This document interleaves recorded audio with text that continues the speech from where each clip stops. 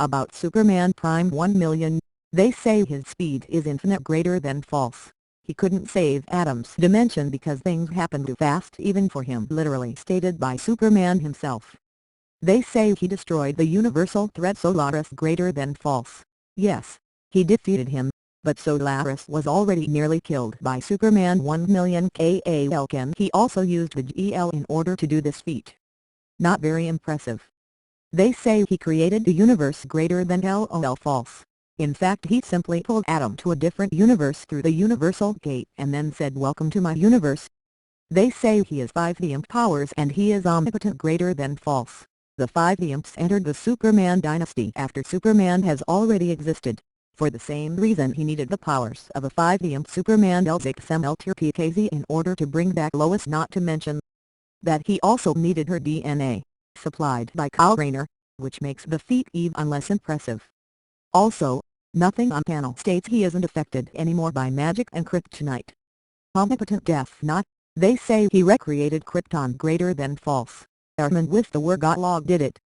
They say he was the second most powerful being in DC, only behind the presence greater than false, probably a fan-made statement. They say he reached the source wall greater than false. Superman only says he reached the edge of the multiverse. The source wall was never specifically mentioned and he came back without answers to his questions. Prime is just a version of Superman with a large boost from sitting in the sun for 15,000 years. Much like Goku going Super Saiyan, if we can establish a baseline as well as the modifier for how much of a boost the transformation gives, we can get a good estimate of actual capabilities. Since Prime has no combat feats, upscaling base Superman is about the only way we can get this sorted. I posted above. Previously a 15-minute dip made him around 3x as strong, and 15,000 years of relaxing, which would be very dull, honestly should be around a 1,577,847,000x boost. Then if we grant Superman planet-busting punches, Prime should hit with 1,577,847,000x that force. Superman fights people on his level and has been previously laid out by much less force than planet-busting. But we will say he can take repeated planet bursts for this instance, meaning he can give as well as he can take. His combat speed is hypersonic, so I'll be nice and say 3x sound. For 733,541,000x sound for Prime or 5,373x light. A friend of mine made a calculation taking into account other factors to measure the durability of the Planet King K. I'll show you the calcs. The first calculation is figuring out the mass of the planet using gravity and radius, since those are the two things we know.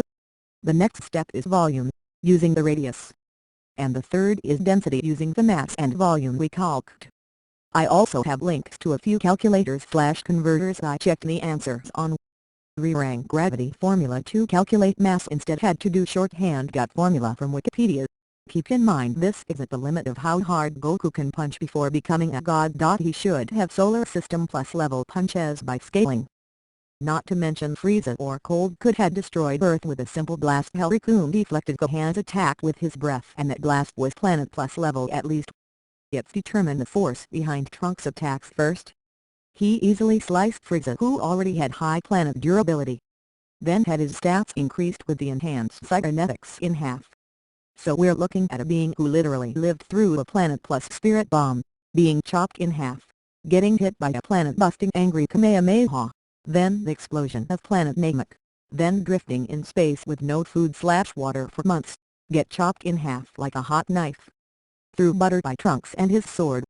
With all this said, I can honestly/legitimately claim that Trunks can swing his sword hard enough to destroy Earth 100x over.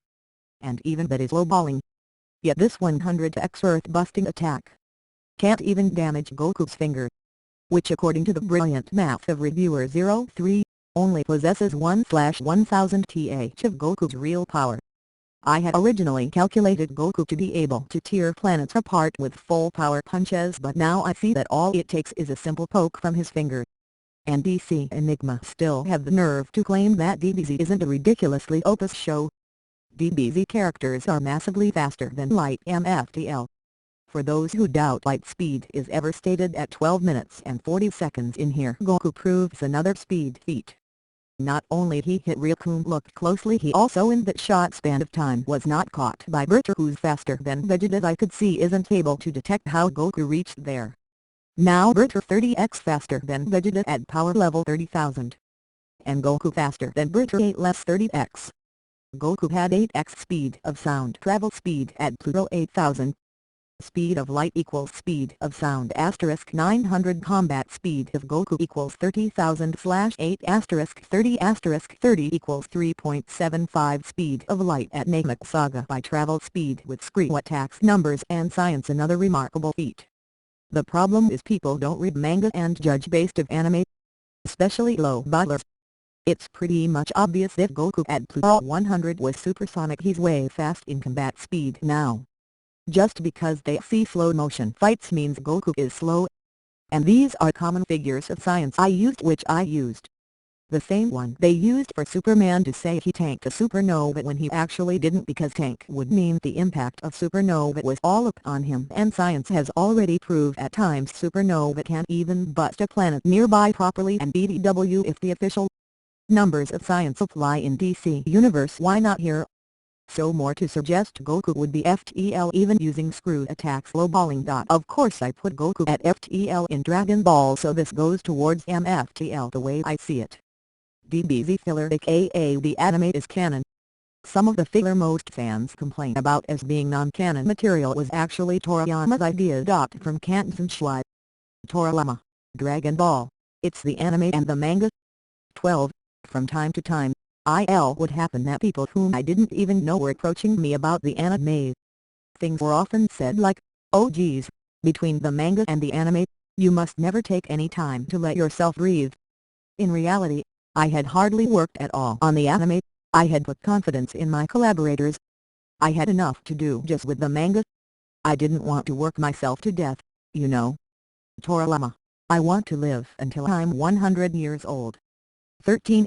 For example, drawing an image of a movement in a manga is relatively simple, but to animate this image, you had to decompose the movement and draw all the intermediary movements. That demands a colossal amount of work. Okay, the example of Kane-sen might not be the most appropriate. 14. Of course, those who have read Dragon Ball have noticed that certain stories which are found in the anime didn't existed in the manga. Oolong, what's this? I never saw that in the manga. Ends straight as one adventure in the manga corresponds to about 10 minutes of animation, and since one episode comprises on average 30 minutes, the entire series of Dragon Ball would have passed by very quickly. The team of animators therefore had to insert some original stories. I admire what they have done. That's a hell of a job. Toriyama. Dragon Ball. It's the anime and the manga.